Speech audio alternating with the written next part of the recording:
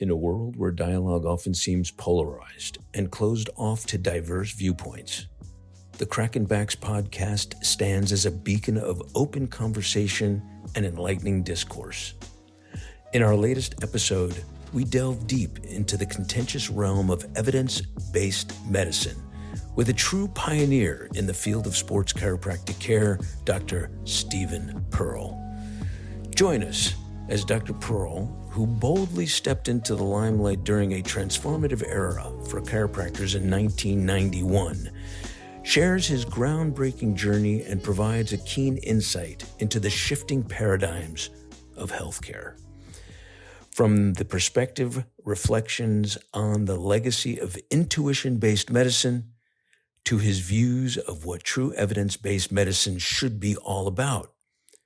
Tune in for an episode brimming with critical reflections, differences of opinions, and thought-provoking perspectives where history meets foresight, only on the Crackin Backs Podcast. Oh boy, we're in for a big one today. Dr. Stephen Perle, I've only known for 40 years now? I'm sure it's not Stefan. And or Steve. Hey, Steve. Any of those. Yeah. Hey, I'll respond to anything if there's food attached to it. So that works better. How about Dr. Perle? Dr. Perle. Yeah, Stephen's good. Yeah, as my father-in-law said, he's on a seafood diet. He sees food and eat it, and that's been my thing too. Yeah. Well, I'll tell you, I've known you for so long, and then when I proposed having a brilliant guy into sports injuries as a doctor that has achieved milestones for chiropractic, he wasn't available, so he went to you. Yeah. I was waiting for that, Terry. I was waiting for that. I knew that. I thought Spencer was going to say that instead of you. I really wasn't intending on saying that, but since you brought it up, we did have David Seaman on already, so you were second. So no. And Jan Corwin. Well, you do know that David sublet from me. Yes, I do. He was your secondary, your peasant involved in the. It was separate practices. That was the funny thing is, of course, is that I don't know if you've experienced this. Two chiropractors practicing together, and you want to get adjusted, and you got to go make an appointment with somebody else because you're in the same office. You're never going to see each other. Yes, we know that well. So, oh gosh, no, it's really great to have you on. And I actually did not know that Dr. Terry knew you before. Our sports injury stuff has brought us together, over history, and it's he had nothing. Yeah, it's a long history. Yeah, he had nothing but nice things to say, or nothing to say at all. No, I'm kidding. Well, if he said something nice, then that probably meant I paid him. Oh, well, let me ask you, because I never spoke to you about what you did back in 1991, and I'm keeping it clean now. I'm talking about the Mobil USA Outdoor Track and Field Championships, and I want to kick this right from the start and really shed some light on what you've done in track and field, and how the heck did you end up as medical director? Yeah, that's it's a funny thing is I don't know if you know that ACA at one point in time did this thing called it was like ACA Connects or something with colleges where they could get a speaker to come in about anything. And so I did it's the only time I've done this is I did a presentation for National on how to build a sports chiropractic practice. And one of I probably should have looked at the PowerPoint to remember what the things were, but one was keep your eye on the prize. That's always one, and the other one I said was that often opportunity knocks and nobody answers. And so what happened was I started practicing in New York City, and I'm going to say when I left TCC, I sort of was like Joe Holistic Chiropractor, That was how I practiced. Although I'd been an athletic trainer all through high school and college. I mean, I'm not sure of the statute of limitations, but I started practicing in the state of New Jersey at age 14 as an athletic trainer. You know, I had the head football coach was my history teacher, and at the end of football season, my freshman year, this guy talked a little weird, and he goes, "Anybody out there want to be a doctor?" And I raised my hand, and he says, "How would you like to be a twainer?" And I said, "A twainer?" And he said, "Oh, don't be a wise ass kid. It's like being the team doctor and get a varsity letter." And he got me the Kramer. You know, like everybody in sports medicine knows Kramer products. So got me the Kramer student trainer home study kit. And in March, I'm in. You know, I got him for history. I'm in history class one day, and he says, "Steve, twack." He's the only one who called me Steve. Steve, twack practice starts tomorrow, and why don't you come out and be the 20 for twack so you know what they're doing before the football season starts. Wait, who the fuck was this guy, Elmer Fudd? You know, Mr. Stroud was an interesting guy. And so, you know, I like read the whole Kramer book that night, you know, like, oh my God, come to the field house where the track team and football team were set up. And here's the trainer's room. And one of the coaches says, if you get injured, that's the training room. That's the trainer, Doc Perle. You go see him.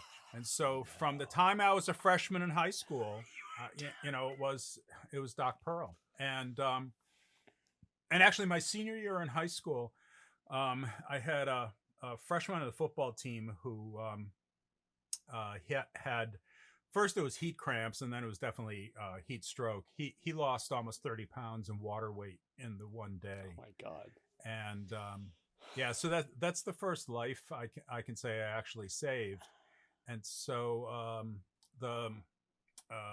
lived outside of New Jersey at that time, and the Bergen Record, which was the Bergen County, just part of New Jersey, just west of New York City. Bergen Record was interviewing high school athletic trainers, and you know, they asked you what was the hairiest thing that happened to you, and I said, well, I had a kid almost die. And so the story, you know, my picture was the picture for the story. Wow. And you know, and then I went to Rensselaer Polytechnic Institute, and as a freshman, I was the only freshman who they put with a team as a solo, because I'd already been operating independently as an athletic trainer for 3 years. I trained 2 more people at my high school. Since I was Doc Perle. Now, let's see if you can figure this out. Since I was Doc Perle, the first guy I trained, what do you think his nickname was? Nurse. No.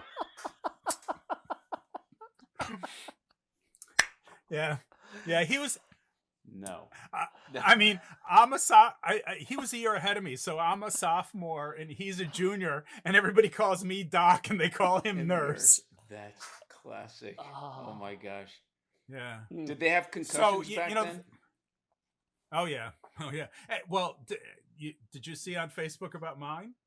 No. What happened? Oh, so you know, like I'm like all senior citizens. I play pickleball, and and I was backpedaling. I tripped and landed my back completely flat, but the back of my head against a concrete wall, and I got my bell rung. Wow. And so the first, you know, when things are okay, I first posted something to my graduating class Facebook page saying, you know, a bunch of you guys, I've managed your concussion. And you know, when I started working with long distance runners, I started training with them, and I've never run a race, but you know, I used to run every day. And my patients whose team I trained with, you know, I'd go do hill work and speed. You know, we do hill work and speed work in Central Park, and they'd say to me, "Doc, why are you doing this?" And I said, "Oh, so I can get the same injuries you have." So in the thing I wrote about having the concussion, I said, well, it's taken me, like over 50 years, but now I finally know what it's like to get your bell rung. Wow. And you did in pickleball, not like, rugby or football. You did in pickleball. There Yeah, are it so just fell many backwards. injuries. And the crazy thing is that, the place we play, it's senior center. They have padding on the wall. No, seriously. It's this. I play in it's pickup games in a senior center, and they have padding on the wall, but the padding doesn't go to the bottom 6 inches. Oh no! And you found I'm those pl- bottom I'm 6 play- inches. And I'm playing found it. pickleball after this show, but it doesn't have padding on the walls. Yeah. Well, you play indoors or I'm gonna be outdoors? playing outdoors. Yeah, I mean, I play outdoors also, but this league is indoors. Oh. But yeah, so So the padding well, on the walls. I mean, prepares you for the insane if, asylum. I mean, have you ever had your bell rung? Not like playing this? pickleball, no. Or anything? No. Well, okay. Yeah. So it was rugby. I mean, but have you? Because it takes leather balls to play rugby. But did either of you guys ever get a I concussion? have. No. I've had a couple. That's why I'm the way I am. No. Yeah. I wish I had one, so I had an excuse. Yeah, well, that's why the way I am now. Yeah, but I mean, don't you as a doctor experience injuries differently? Oh yeah. Because you have this like analytical viewpoint of it while you're still suffering from it, Yes. right? Yeah. And so the concussion was interesting. I mean, I couldn't walk. It was unstable. I had like in the right lower quadrant of my visual field, it looked like I was looking through wavy water. Oh God. I had like sort of a headache that just sort of felt like pressure for about 24 hours. Oof. I didn't lose, I was completely conscious. I didn't lose, place, position, time, any location, any of those kinds of things, date, all of that I still had. But So let me ask you, if you, post concussion, do you still remember how you became the medical director for USA Outdoor Track and Field? Yeah. Well, I mean, it was a choice whether you were going to cycle back there or me, because me, I don't go. I have ADHD, obviously, but they, that was not something they ever diagnosed back then. So the thing is, when I came to practice in New York, it was like Mr. Joe Holistic Chiropractor, and actually I had an uncle by marriage who was suggesting how I could build a practice. He was a dermatologist, and Keith Richards was one of his patients, which I don't think is a ringing endorsement for a dermatologist when you see his face, but that's okay. And he had suggested, in Central Park, they have races every weekend. He said, why don't you get like a shirt that has like the chiropractic caduceus, go to the park and just give out information. And one key thing was, do not bring a business card. He said, if you bring a business card, it says you need business. And then he's my aunt and this guy divorced, and he's dead. But normally I wouldn't tell people's names, but his last name was Curtin, Kurtin, and this is something he told me, which is like a valuable thing from a practice standpoint. Is he said he noticed patients sign checks Curtin instead of K. And so he contacted the phone company. That's when people used, the yellow pages. And that's when they called 911. And he made sure there was a listing for Dr. Curtin with a C as well as Dr. Curtin with a K. And it resonated a lot with me because when he told me this, I had a patient who came to see me who said his sister saw me, a couple days before, and I said, what's her name? And he's, well, she's got the same last name as me. And I said, well, I have a horrible memory for names. I mean, like, one day I'm looking at the list of new patients for the next day, and I asked my receptionist, who's this? And she says, that's your sister. And I only have one sibling, so, and it turns out that she went to see Stephen Perle, spelled not Perle, like I spell my name, but Pearl, who's an orthopedic surgeon. Oh no. And so, I called back then Mobil. I called him up and I got Stephen with a V, Stephen with a PH. I got Perle, Pearl. I got Perle, Pearle, because sometimes people remember there's an E on the end. And then I, of course, had the listing with the way it was properly spelled. So I go to Central Park. I find that there's a whole medical group there. I walk up to who looks like they're in charge, and I said, hi, my name's Stephen Perle. I'm a chiropractor. Been an athletic trainer for 7 years. Do you guys need help?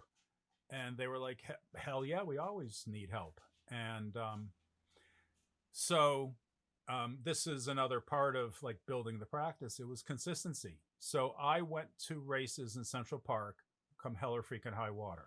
If it was, 110 degrees and they were stupid enough to have a race, I'd be at the race. If it was, 32 degrees and raining, I was at the race. If it was 20 degrees and snowing, I was at the race. And then, what happened was I was looking to buy, I don't know if you ever heard of the Myomatic. Yeah, I remember that. Or the sort of precursor was the electroacuoscope. Mm-hmm. And I was going to buy it, and I haven't pulled the plug on it yet. And the local distributor, he gets me in touch with Jack Scott. Is that name familiar to you at all? No. So Scott was a sports psychologist, and if he was well known, he was well known. And I'm going to say this is sort of like my uncle with Keith Richards, who was well known as the sports psychologist working with Bill Walton. So, I don't know that that's a rigging endorsement either, kind of thing. And he was the national distributor, and he was coming to New York. We talked on the phone, and he really wanted one in New York City because at the time, the Mobil Indoor Track and Field Championships, the Millrose Games, New York was the heart for indoor track and field. And so he undercut the local distributor, sold it to me. And to placate the guy, he came to do a sales talk. And he calls me up the night before, and this is an example of opportunity knocking, but sometimes people don't answer. So he calls me up the night before, and he says, the number one track coach in America and the number one American marathoner are coming to my hotel room for me to treat him. Why don't you come by instead of waiting the next morning for that sales talk, where he was going to talk about how to use the Myomatic. And my wife and my dad and I were painting my office. I was moving spaces. And we were actually doing the painting. My dad and I did the build out. And, I abandoned my wife and my dad to go to this guy's hotel room. I said, why don't I bring my own stuff? And the coach involved, his wife was there. He said, my wife can't run up a flight of stairs without her leg going numb. She's seen everybody. This guy, I don't know if I should leave his name out or not, but I don't think he would care. Tracy Sunland. I don't know if you know Tracy's name. Sounds familiar. Tracy was the youngest Olympic track coach ever, not for the US, was for Puerto Rico. And Tracy is why people know Leroy Perry's name. He's the one who got Leroy into the Olympics and got all these people. And so I adjusted his wife, and Tracy was on the far side of the hotel room, and it was one of the loudest cracks she ever heard. And I mean, this was like, did I break something? This was, I know it was long axis distraction of the hip joint. And he says, what the hell was that? I said, I just adjusted her. And I said, well, let's see what it's like. And she ran up like 10 flights of stairs. That was in the Helmsley Palace, ran back down and said, no numbness. and he turns to me and he says, "I'm going to make you rich." Wow. And the guy selling the equipment says, "He's not lying." I didn't know who Tracy was at the time. He says, "He's not lying. He's the one who made Leroy Perry famous." Wow. And so everything in long distance road racing, track and field, cross country that I did in New York, all of that was that opportunity knocking and me abandoning my wife and dad while we're painting to go there. Where's And I think part of that is seeing, is keeping your eye on the prize. yeah. And actually what had happened was, there's another part of it is that I had, when I moved offices, I'd bought the practice. My practice had dropped precipitously, mostly because the guy I bought it from saw everybody 3 times a week come hell or high water. And I pretty quickly dropped off 2/3 of the value of the practice because I just wasn't going to do that and didn't know what I was going to do. And I went with this practice management company and the idea of having a goal card. Right. Mm-hmm. I'd learned that before. And so I came back from meeting with them and I wouldn't do what they wanted to do. We wanted me to take out full page ads in the New York Times to get patients, they wanted me to do illegal stuff, no out of pocket expenses, commit insurance fraud. And I didn't do any of that, but I hired an artist to design a logo. And my business card was my goal card. My business card said "The Athlete's Chiropractor," and you had to read it correctly because it's "The Athlete's Chiropractor." Oh, the athlete, right. Where is it now? Who did as far as USA Track and Field? Did other chiropractors get involved? You bring in other ones that to network and. That's a really funny thing. It's about that opportunity knocking thing. Mm-hmm. So for the before the track and field championships, and I knew I was going to be medical director 2 years earlier. It was 2 years in planning, and you had John Scringe on. John was the assistant medical director, all the senior staff were chiropractors. There were 4 of us who ran the whole thing. We spent 2 years planning it. And so when I sold my practice in 91, I also was the chairman of the sports medicine committee for the Metropolitan Athletics Congress, which put on all track and field and cross country. Long distance racing was done by New York Roadrunners Club. So I supplied doctors for 250 events. Scringe was one of them. That's how he, one of his classmates I bumped into who was an athletic trainer. He gave me the name of John and a bunch of his classmates, and they became other people who took the load off of me because I was doing all those events before. And so, I was trying to give that position away. And all the chiropractors I contacted, I can make you in charge of all track and field and cross country racing in the New York metropolitan area. I don't want to do it. Wow. And so when Seaman and I practiced together, there was an MD who practiced with me also, sublet too, and he ended up taking it over. The MD. Wow. Let me ask you, because I'm also interested in you. Also were a professor that you've since retired. You taught a lot about evidence-based medicine. Yep.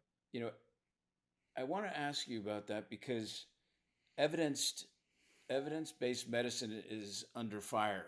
The way the way science has been manipulated.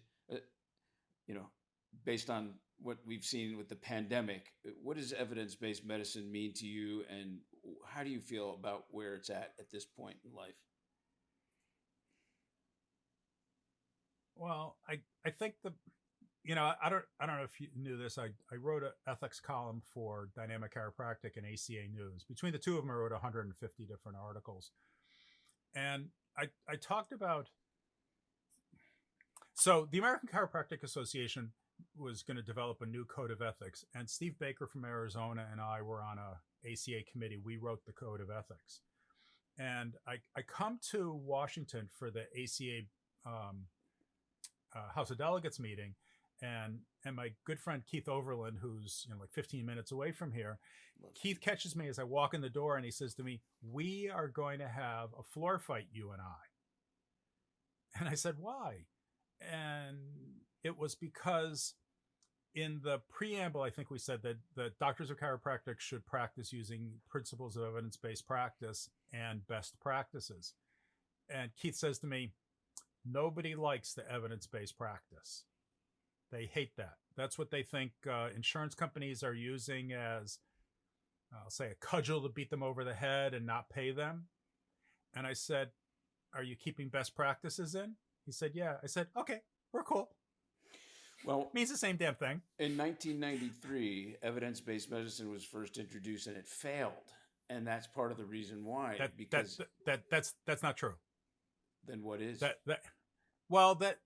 not actually the dates. It's older than that. You can go back and look at Dave Sackett's book, but it actually goes back to Gordon Guyette and Dave Sackett and a whole bunch of other people. It started at McMaster University is where they started first using the terminology. When?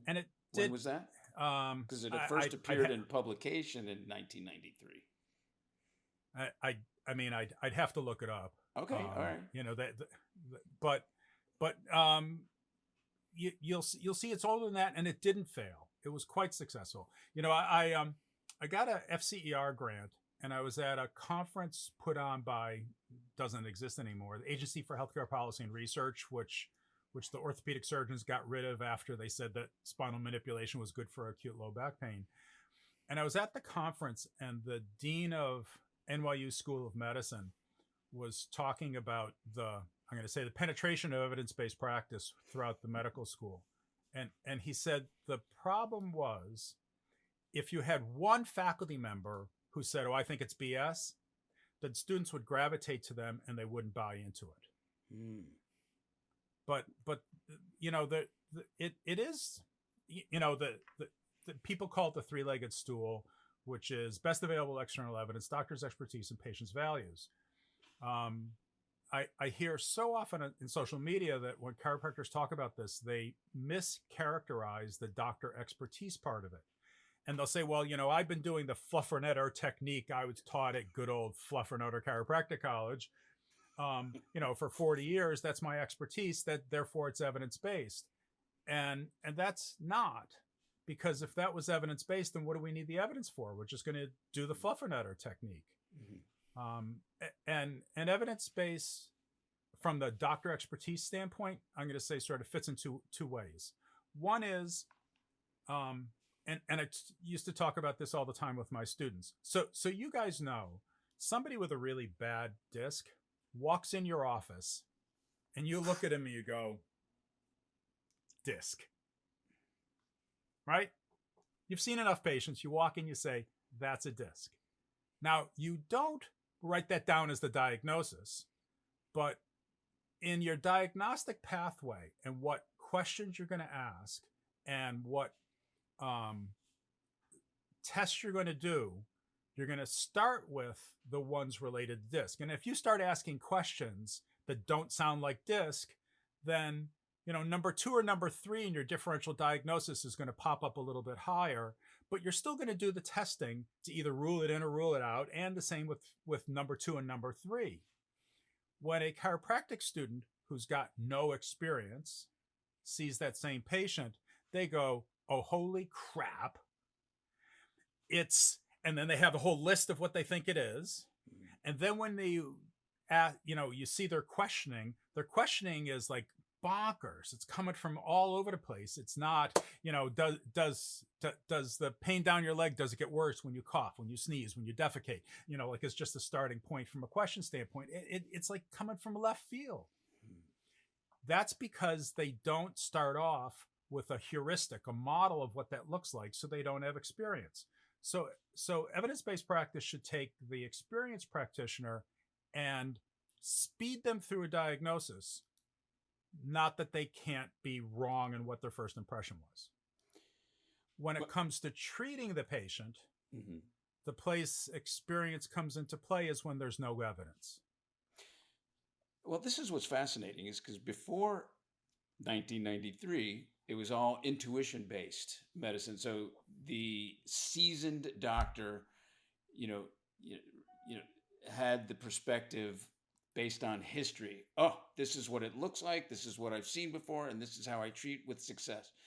And that's how I train my interns, is Terry, to really cut that time in half, and be able to identify based on their or my experiences what we see. And then you have the tests that you were talking about that you've taught in school, that now, when we learned it, they're called different things. They're more, maybe the evidence has changed. So it is really now, there's a different type of medicine that's beyond evidence-based, and we call it interpersonal medicine, and that basically caters to circumstances, capabilities, and preferences of the patient. So but that's part of evidence-based practice. That starts with that's part of the three-legged stool. It's a funny thing, because you'll find that there's a bunch of people who don't want to call it evidence-based practice. They want to call it evidence-influenced. And a rose by any other name is still a rose. And if you like to use different words, so you don't have to use the word you don't like, because that's the same thing Keith was saying to me. It's just a game. That's a semantic game. Yeah. Because evidence-based practice is still individualized to the patient. It's still patient's wishes and desires and values get incorporated in there. Doctor's expertise, it has an important part of it, but the idea is, I once had some chiropractor calls me up and he says, "Oh, you're the evidence-based chiropractor guy. You're the most hated man in the state of Connecticut." I said, "Well, that's good. I mean, most hated, most loved. I don't care. It's the most. That's good by me." And I said, "Why?" And I gave him an example, and I said, "Here, I'm going to give you a scenario. If I have a patient and I have 2 different treatments, and one treatment will help the patient get better in 3 visits, and the other is going to take 25. Seems to me that most patients would like to get better in 3. And he says, "Oh, you're in the pocket of the insurance company." I said, "I never said the cost. Those 3 visits could cost 10 times what the 20 did." I said, "I'm in the patient's pocket. That's who I care about. I want to get the patient better, faster, easier. That's what matters to me."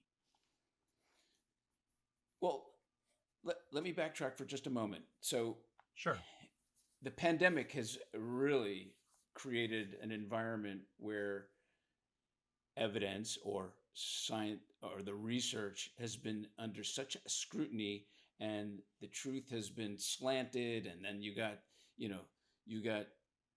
2 ends of the spectrum arguing, and they're whether they're epidemiologists or chiropractors. There's completely different perspectives on it. How do you feel about where evidence-based perspectives are now? Because the public isn't trusting us. They haven't changed.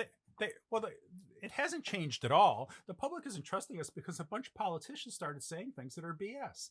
And then you also got people who, like one example is this physician. Her name is, I think, Tenpenny. Yeah. Right? I mean, she's a lunatic. Her license was just taken away. There's nothing that she says that I have faith in. I know she is someone who, when she looks at the evidence, she doesn't look at the evidence. That what she does is, it's... You can be honest, and if you want someone who's disagreed with some of the approaches to the pandemic, let's take someone who actually understands science.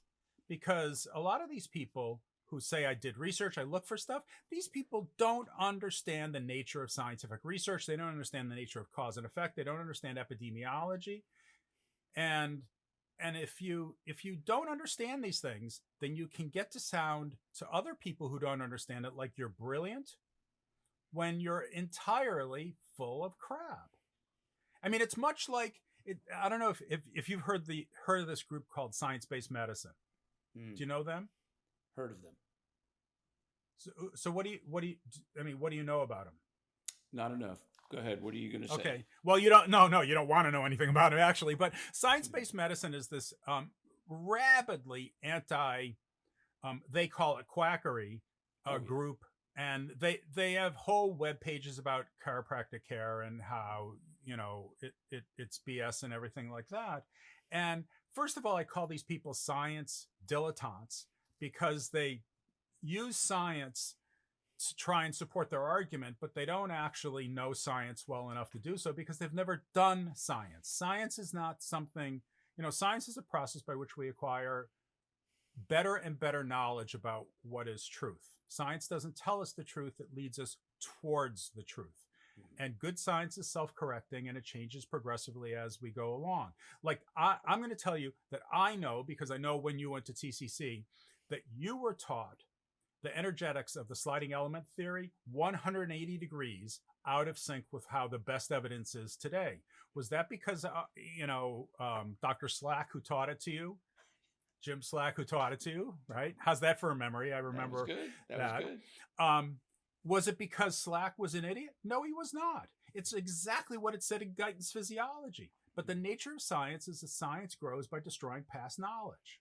Yeah, that's the nature of science. But then, so you have to deal with what is the best evidence today, not the best evidence last week, and not the best evidence next month. But with all this, the way science has become polluted, the things that are published by researchers that are funded by the pharmaceutical companies that cause, that whole thing. And then yet there's also research that is funded by the, chiropractic, companies that support chiropractic. And so there's the nocebo and the placebo of it and all that. So, I mean, it throws science into a frenzy as to what you believe. No, it doesn't. It doesn't. It doesn't. What it throws I think the Brits use the term the spanner in the gears, the monkey wrench in the gears. What throws it in is people's lack of understanding of science. So go back to the science-based medicine people. They say, of course, that cervical manipulation causes stroke. Well, that's because they don't understand epidemiology. And epidemiology, like statistics and probability, is not something that is, I'm going to say, natural thinking. It's not consistent with how you look at the world. You have to learn it. They don't understand biomechanics, so they ignore that. American Heart Association published a paper about stroke and cervical manipulation. You may not know, because it's not well known, that I was one of two chiropractors who was part of the group to write it. And they drew conclusions that were not consistent with the actual literature. And so I couldn't get them to, understand the reality. So I quit. And if you look in the paper, it'll say there was a chiropractor involved who quit and, didn't want their name used. And they it almost makes it sound as if I agreed, but I didn't want everybody to know that I agreed. No. I mean, it was, like, for example, the section on biomechanics of arterial injury was written by a neurologist. I was on the team that wrote the part, but she wrote the original draft. She didn't know biomechanics. My research at first at UB was all biomechanical about things. So, I read what she wrote. It was like, oh my God, she's got the biomechanics. She learned it to write the damn paper. And so in the part we're writing, she's got this stuff that, says that when we look at stresses and strains, and so stress is force per unit area. Strain is percent change in length. And they say to her, stop using chiropractic jargon. It's like, chiropractic jargon, this is basic physics. This is basic material science. This is basic biomechanics. And they couldn't understand that the amount of stretch on the artery that happens during the course of manipulation is about 1/7 of what it takes to actually injure the artery. Beautiful. That is great. Right? But that's because they didn't know enough either. Well, that's the people who say the stuff about the vaccines. It's because they don't know enough about the vaccines. And it's, I think like chiropractors who are relatively, and I can actually tell you because we surveyed the profession, we did a stratified by state random survey of all licensees in the United States, 10% of them.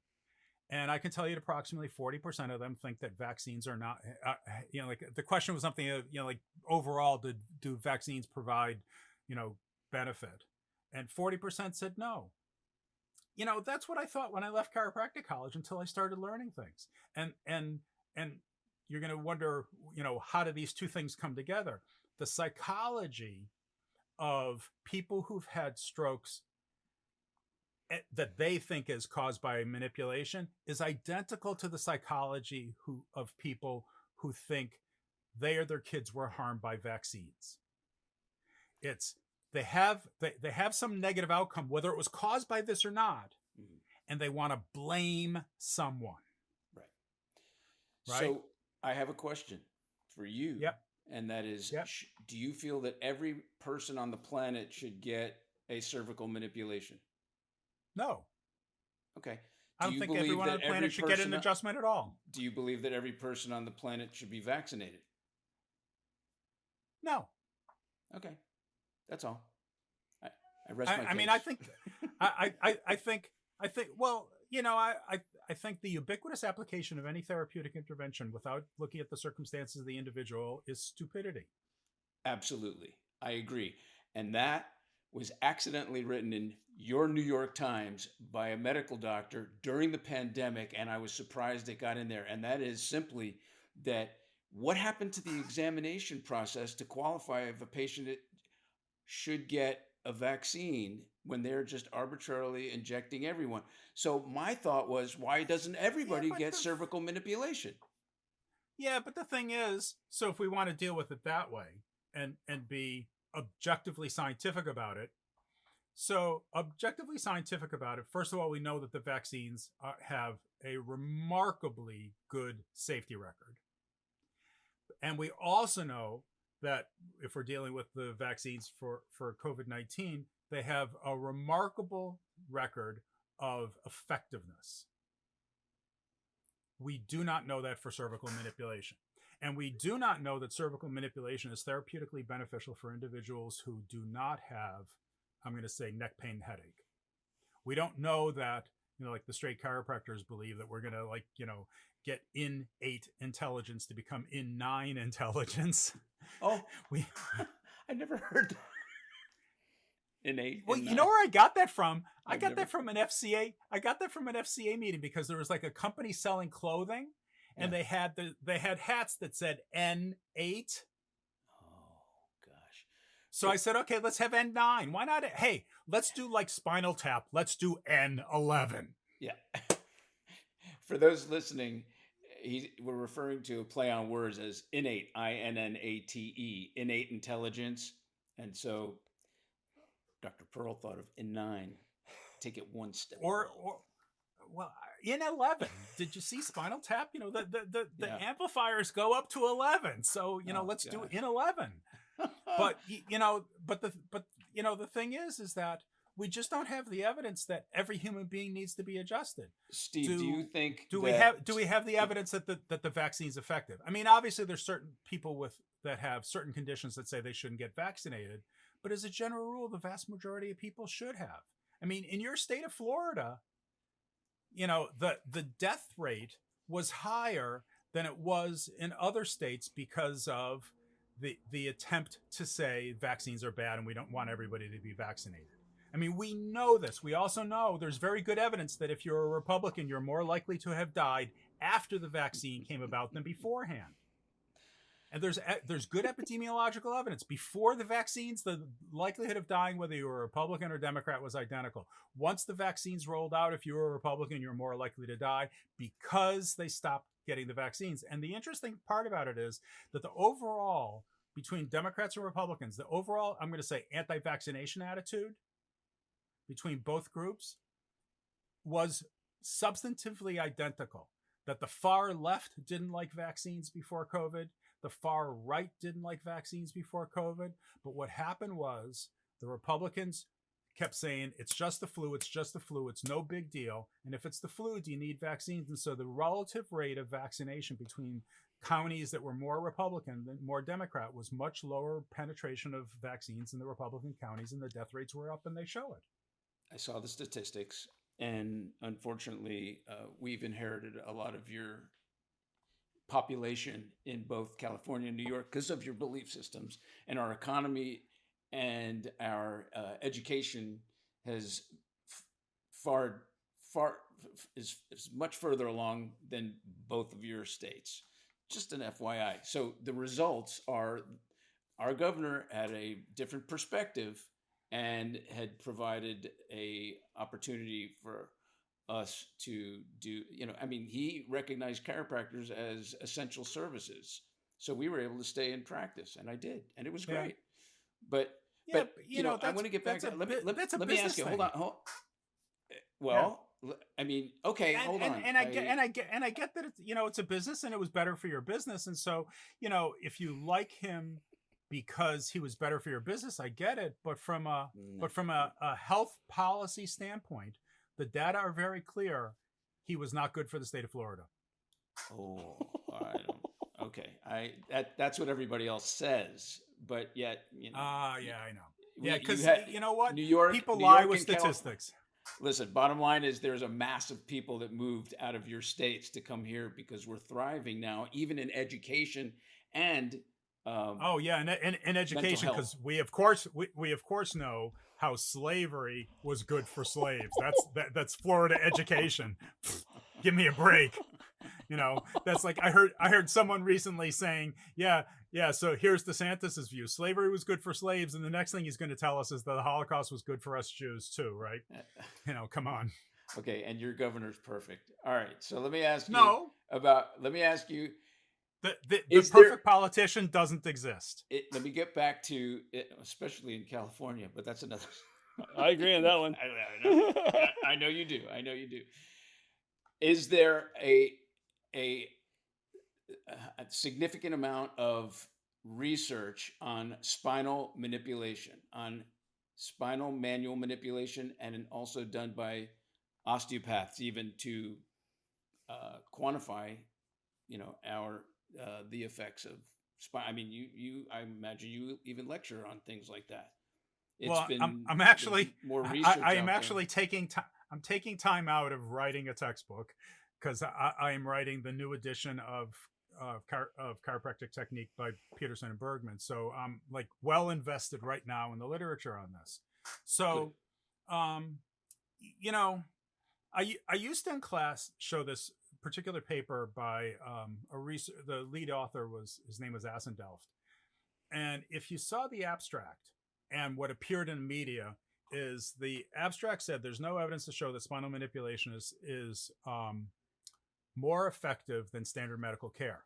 And most chiropractors looked at that and said, what's wrong with that guy? He's saying it's better, it's worse. And no, the actual conclusion of the paper, as opposed to the abstract, was there's no evidence to show that spinal manipulation is superior to standard medical care. And there's no evidence to show that standard medical care is superior to spinal manipulation. Truly effective interventions are not being found. That's 25 years ago. Can we say that spinal manipulation is a potentially therapeutically effective intervention for back pain, neck pain, headaches? The answer is definitely. Should it be a frontline treatment? Most guidelines running around the world are all saying that it's one of a set of options that is good as a frontline treatment. Some patients are going to say, and this is patient values.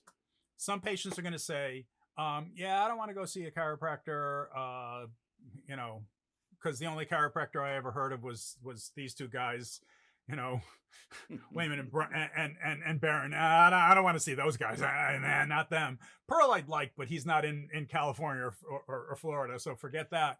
I want to take NSAIDs. if you had equal outcomes for these things, then that's a reasonable thing. But actually, evidence is showing that NSAIDs are not so effective. So, is it safe? Is it effective? Yeah. Is it effective for everybody? Hell no. You know that yourself. You get the patient, you get the patient, you think this is going to be so easy, and it's not. You get the patient, you think I'm never going to be able to help them, and they're I call them the one hit wonders. You give them one adjustment, and boom, they're off, and everything's good, right? Yeah. Well, and then if your question is about the effects of manipulation, I mean, that's the thing that there's a lot of research on this about what does it actually do, and it's interesting that we look at, and I've published a recent paper on this, is that we don't have good evidence that specificity matters. The studies where someone is told, okay, like Mitch Haas does a study where they come in, somebody evaluates the cervical spine, says this is where you should adjust.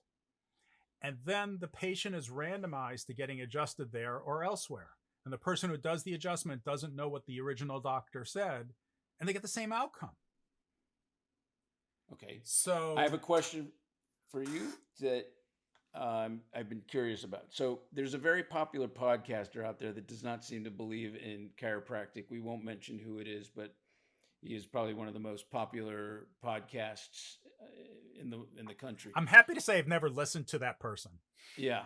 Well, he's had some good guests on, but the point is, he does not believe, or does not appear to believe in, or think that chiropractic has any value to, and yet he practices other non-traditional approaches of healthcare. If you, Stephen, Dr. Perle, in all your wisdom and knowledge base, were to educate him on chiropractic, what would you say? I wouldn't. After all that? Well, I say, and I don't know if this resonates with you, but like particularly when talking about stroke, is I say, being a Jewish chiropractor, that being Jewish prepared me to be a chiropractor, because approximately, let's say about 2-3% of the American populace is Jewish, and about 2-3% of all healthcare providers are Jewish. Are chiropractic-ish. Are chiropractors. And so, as a minority, and we happen to be invisible minorities. I mean, I don't see a large Mogain David on you. I don't have one. So we're an invisible minority. The Hasidim, they're another story. They're very visible, much like Asians or people of African descent are visible minorities. As an invisible minority, you go through the world and you can see how people talk about minorities, and even how they talk about your minority if they don't know who you are. Mm-hmm. And, what I learned is, there are 3 types of anti-Semites. One is ignorant people, and an ignorant person can be educated. The second one are, and this came from Spike Lee. Spike Lee said that racism is a disease. Some people are diseased, and diseased people, there's nothing you can do about them. And I said 3. There's actually only 2. Of the antis, they're either ignorant or they're diseased. And if they're ignorant, they can be educated. And if they're diseased, there's nothing you can do about it. He's diseased. It's not worth the effort. Because I know he's had access to knowing the information. Information's not going to change his thinking.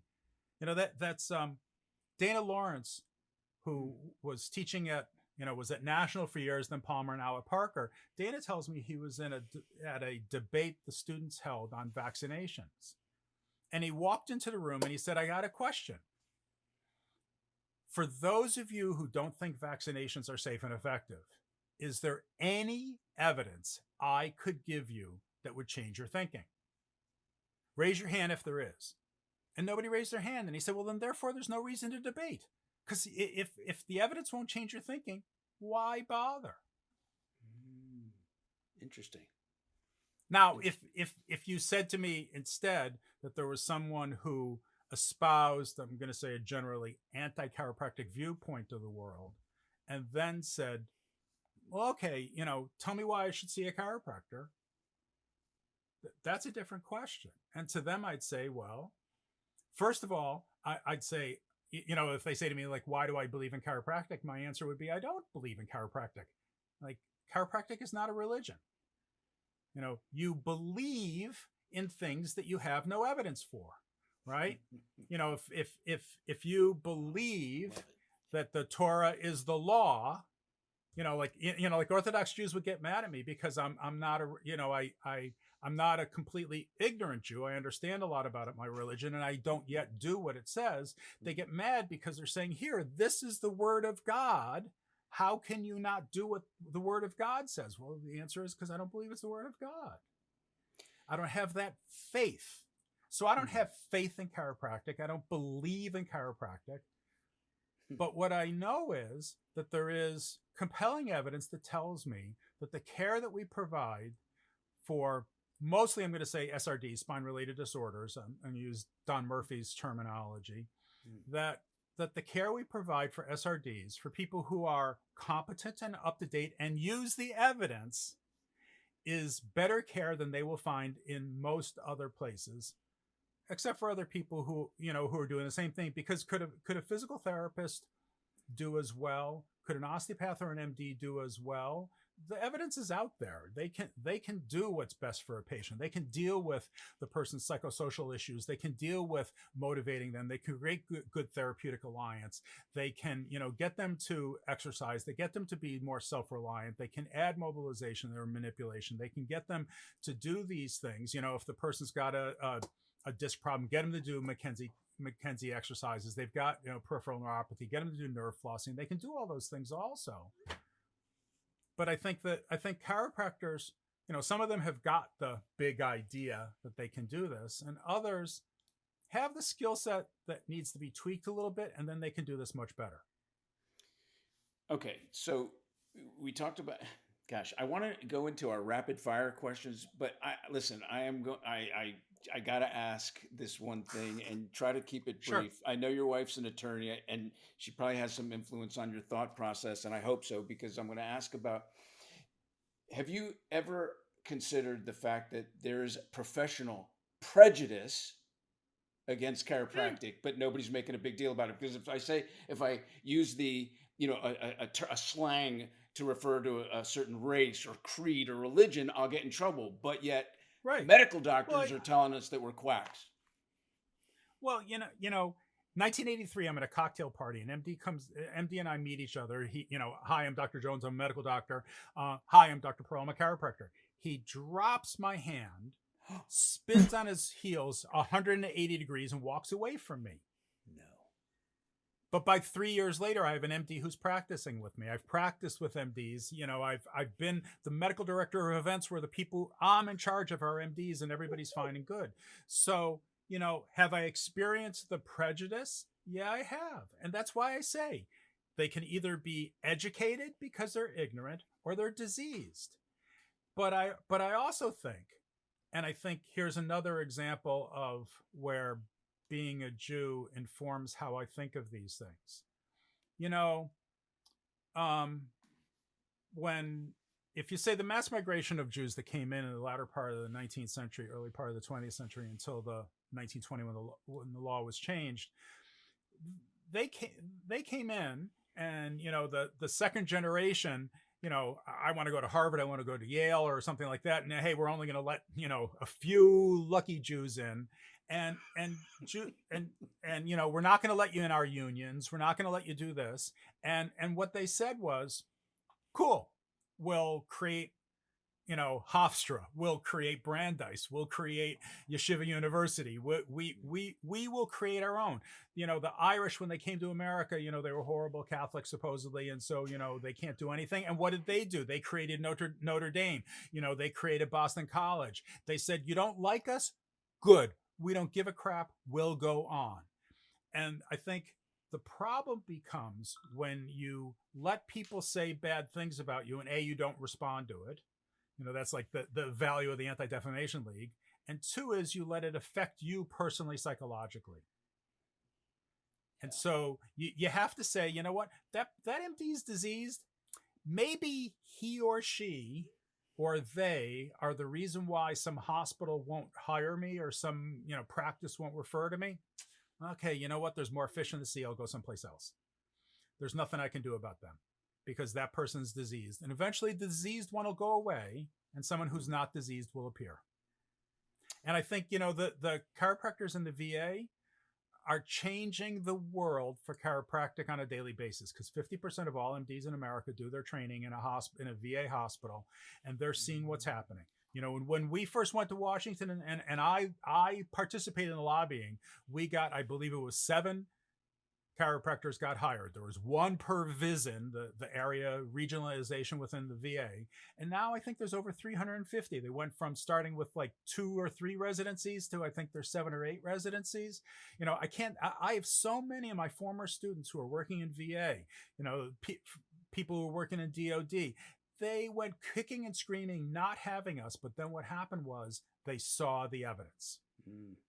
They've published the evidence that shows that people who go see chiropractors don't get on opioids. They've seen the evidence that these people get back to work faster. They have better military preparedness and they are back to work. And so the VA started hiring all these extra chiropractors because their internal data showed them that what we did provided value. And they also, there's Anthony Lisi published this interesting paper. It was a qualitative study where they interviewed MDs about their relationship with chiropractors. And they'd say, before the chiropractor came to work for us in the VA, I thought chiropractors were a bunch of quacks, but that doctor is competent. They're a good diagnostician. They provide good care for everybody. I would trust them with my life. Gosh, I love this. That is a perfect way to end. And you just made me think, Dr. Jason Petrocco Napoli, Petrocco, or what? He's right. You know who that is? I think we're going to get him on our show because he is very deeply involved in positioning chiropractors for in the VA. So thank you for that. You should get Don Murphy on also. And I don't think you have had Don. And the guys from Spine Care Partners, because what they've been doing is there's a recent study by Jim Whedon from LA, who's now at LACC, Southern California University Health Sciences, where what they did is a chiropractor who has gone through the University of Pittsburgh's primary spine practitioner program that Don Murphy, Mike Schneider, and those guys set up at Pitt. This guy was at Dartmouth, and Dartmouth has a big program in health policy research, and they've shown that the patients who went to this PSP trained chiropractor, that they had a decreased likelihood of escalation of care. So escalation of care is whether they get drugs, whether they get surgery, whether they get advanced imaging, all those kinds of things. And so the chiropractor there was a cost saving and got patients back to work faster. It's a really nice study. I mean, there was an earlier one that Ian Paskowski did at the hospital in Providence, which, that hospital, their spine care program is run by chiropractors. The assistant director is a former student of mine. They have 4 of my former students working at that hospital in, did I say Providence? Plymouth, Mass, actually, not Providence. That's great. Steve, we're going to close, but man, what a chock full of information. I appreciate that. I love that you've disseminated some research out to the audience and some perspectives that really created a little bit of a nice debate between us. And I always love you, Steve. And why don't you wish me a happy birthday anymore every year, January 21st, I would get a text message from you. No, it's on Facebook. I swear, every single time. Go look on Facebook. You'll see I do it every time. Wait, how about the time? That's right. How about the time I showed up at your office on your birthday? That's I forgot about that. That's right. You're the best. I love you. I said to the staff, don't tell him who's out here. Just tell him he has to come out to the front desk. I forgot. That's right. That was great. Terry, anything you want to We're finish good. Hey, bud, thanks for it. It's been a joy listening to you guys go after it and have fun. And it's always a joy to see you, man. That was great. Likewise. Well, you can disagree without being disagreeable, right? Yeah, of course. That's what conversations are all about. I love that. All right, brother. Have a good day, man. Yep. Thanks, Steve. Take care. Thank you for listening to today's episode of the Crackin Backs Podcast. We hope you enjoyed it. Make sure you follow us on Instagram at Crackin Backs Podcast. Catch new episodes every Monday. See you next time.